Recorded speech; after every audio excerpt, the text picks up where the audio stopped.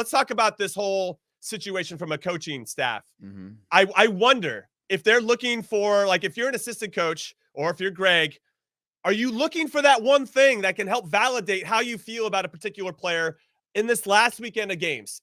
Are we really down to that? Maybe with one or two players, and maybe you want to see, okay, if they're coming back from an injury, how sharp they look. I remember when I had sports hernia surgery, we played against Germany in Germany.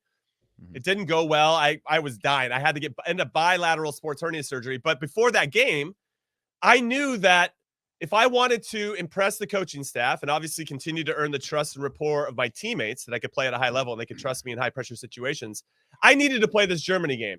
Wait, was that the one in March before the 2006 World Cup? That's correct. Yeah. And it was the most terrifying game of my life, by the way. Yeah, it was intense. And I was nervous, but I thought, I don't know if what I had done prior to that had sealed it for me. Now I'm the ultimate bubble guy. You were on the bubble, not for 06, but in 2010. Like you feel like you got to take every chance that you can get to convince them that you're somebody they can trust. Now going into that game, I knew I was struggling. My left adductor, whatever, left groin was really sore. I could barely swing, but you take enough of what you need to take to numb the pain. And your adrenaline, when you're running around against Miroslav Klose and Michael Ballack and Philip Lahm, like you find what you need to find to do what you got to do. But it still handcuffs you a little bit because you don't feel like you can play as free as you would like because you're worried about that next step or reaching for that one ball or whatever it is. So I had that stuff going on, but I didn't tell anybody. And maybe in hindsight, I should have, but I thought I would miss out on that opportunity because Eddie Pope was hurt, and this was my chance to play in a big game against a World Cup favorite because they were hosting the tournament. And if I could hold, and I knew this is what I said to myself, if I could hold my own against Germany in this game, then I feel like that'll be enough to warrant bringing me on the team. If you could dodge a wrench, you can dodge a ball, Jimmy. You know? Exactly right. So I play in this game 0-0 at half. We were just getting overrun for the most part. I thought first half we maybe had one or two chances. We were pretty stout defensively. We give up a terrible goal right after half. They get booed off the field at halftime. Okay, we're playing at the Westfalenstadion where Borussia Dortmund play. They get booed. Jurgen Klinsmann's the coach of Germany, and Yogi Love's his assistant. They get booed. You can see their heads are all down. They're feeling crappy about how they performed, blah, blah, blah, blah. We give up the worst goal on a set piece. Brian Ching tries to clear it. I love Chingy. But it like goes through his legs and like squirts back post. It hits like 4 people along the way and somehow goes in. And from that point on, they completely relaxed and kicked our ass the rest of the way, and it sucked. We ended up losing 4-1. My favorite part about the story is I had to do drug testing afterwards. And Oliver Kahn, the big giant goalkeeper for Germany, who was fighting with Jens Lehmann to be the number 1 at that time, gave up the worst goal to Steve Cherundolo. Like it popped over his head, like a No. That's not what happened. Eddie Johnson ran into Oliver Kahn and it slid under him. Oh, it slid under him. I thought it bounced over him.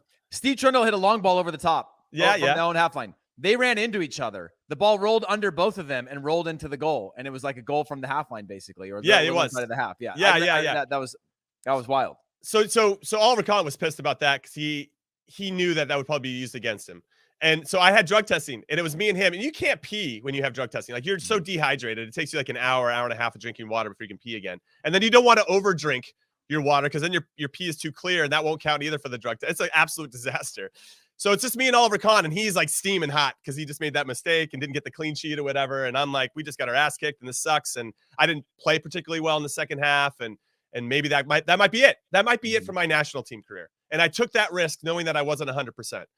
And when I came out of that, I immediately went to the coaching staff or like a day later and to my club coaching staff and said, I'm struggling. I need to get I ended up getting bilateral sports hernia surgery.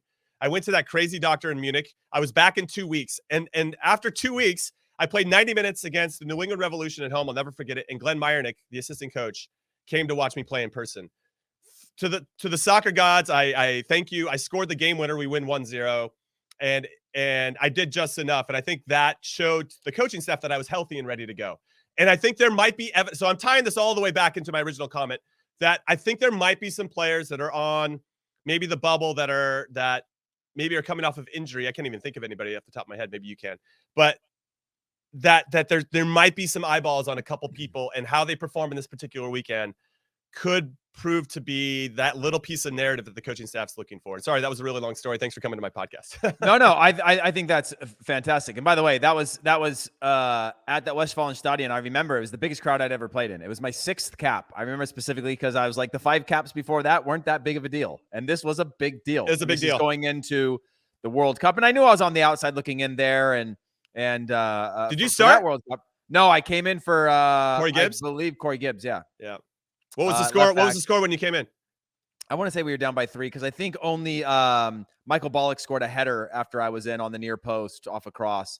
And I remember him dunking it. And I remember like watching somebody with that much control and power just dunk a ball like that, and me being like, "Oh, this is wild." I also remember that game in the sense of Bobby Convey was playing in front of me. He came into the game. And it was the first game I had ever played in where I had I left it with this ultimate respect for the top players, considering that like I was playing in Denmark, right? So if you played FC Copenhagen, Brøndby, whatever, you had a good crowd. But other than that, like I could scream to my left and right and they could hear me, no problem, right? Yeah. Stadiums were even if they were full, you still had the ability to communicate. This was the first time that I was like, felt like I was in this war zone where I'm like screaming at everyone around me. No one can hear me. I'm trying to figure out what's going on and trying to make the game simple. I'm telling Bobby like pinch in, whatever, and he's just doing his own thing. And I'm like, either he's not listening or he's using the crowd to not listen and whatever it was. And I just remember being like, man, I'm on my own right now. I got to figure this out. Yeah. And well, guess who I played next to? Who I started next to in that game? Mr. Greg Berhalter. Also, he had hair. So it's not the same version of Greg Berhalter that we see now. What was interesting in that game is we kind of set up and Bruce Arena had done this before. We set up in like a 3-3-3-1. And it allowed Cherundolo to be a bit of a hybrid. He could join the midfield a little bit and kind of pick his spots, but then also drop in. And it was quite clear that Philip Lahm had figured out, he was playing left back, Philip Lahm, that he had already figured this out within 5 minutes about how to unlock our little formation trick. And now I'm like, okay, do I step into the space where Philip Lahm is and leave, Miroslav Klose, at least getting in better, a little deeper potentially and trying to run me into the channels? Excellent. Like what you learn at the highest levels is how quickly they make their decisions. Plan A's not on? No problem. We got plan B. Oh, you're good enough to take away plan A and plan B? No problem. We got plan C, baby. Oh, also, if we got plan C, we know that at some point plan A and plan B are going to open up again. So you better be ready for that, And so it's this constant, tug and pulls in different ways. But to get to your point, I also was yelling at Greg Berhalter during that game, and he was 4 feet away from me, and he couldn't hear a thing. Now, to your point about Bobby Convey, I don't know if Greg just didn't want to listen to what I had to say or what. You just don't know for sure because it's so loud. Now, that's a friendly in a home country. At the World Cup, I didn't have any issues. But that was a friendly in the host country right. Upcoming that's World true, Cup with the team that had a bunch of like that.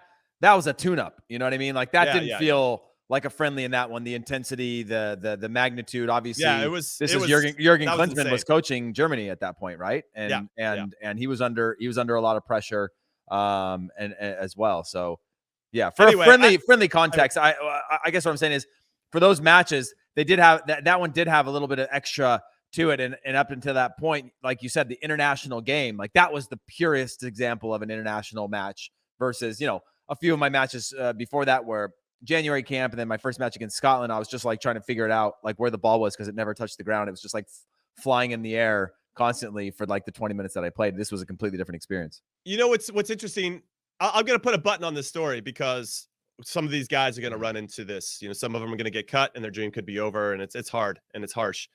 But I was in the elevator after that Germany game with Casey Keller, who at that time was playing for Mönchengladbach, and he was embarrassed that he gave up 4 goals in the second half. Whether they were his fault or not, it doesn't matter. He gave up 4 goals. And I was in the elevator, and how after a game, when it doesn't go well, you and I have been in those situations where we'll look at each other, and in some ways we'll comfort each other, right? Yeah. We will figure out a way to say, hey, we'll get him next time or something. So I was in the elevator alone with Casey, and this is after my, hour and a half long being around Oliver Kahn drug test where he's steaming. Casey's not happy either. And I kind of went in there fishing for just a little bit. I just needed a little warmth at that point. And I don't remember exactly what I said, but Casey said something to the effect of, yeah, it wasn't good. You basically, he didn't say I sucked, but he did not say I sucked. Yeah. And so this was the one rare time that I had a room by myself. So I go into the room and I just start crying. I just don't stop crying for 10 minutes because I thought that was it. I didn't play well in the second half. It was a World Cup opponent that was a favorite. I didn't really own my space the same way. And I just got most likely our starting goalkeeper telling me I basically sucked. I was done. And then when I got on the flight, it was just me and Chingy. I didn't drink a lot, still don't drink a lot, but I had a drink on the way home with Chingy because we thought we were done. That was it. That was our World Cup thing. And it was kind of fun to enjoy that moment. I actually remember this really crystal clear in my mind. But we're going to run into that with some of the guys.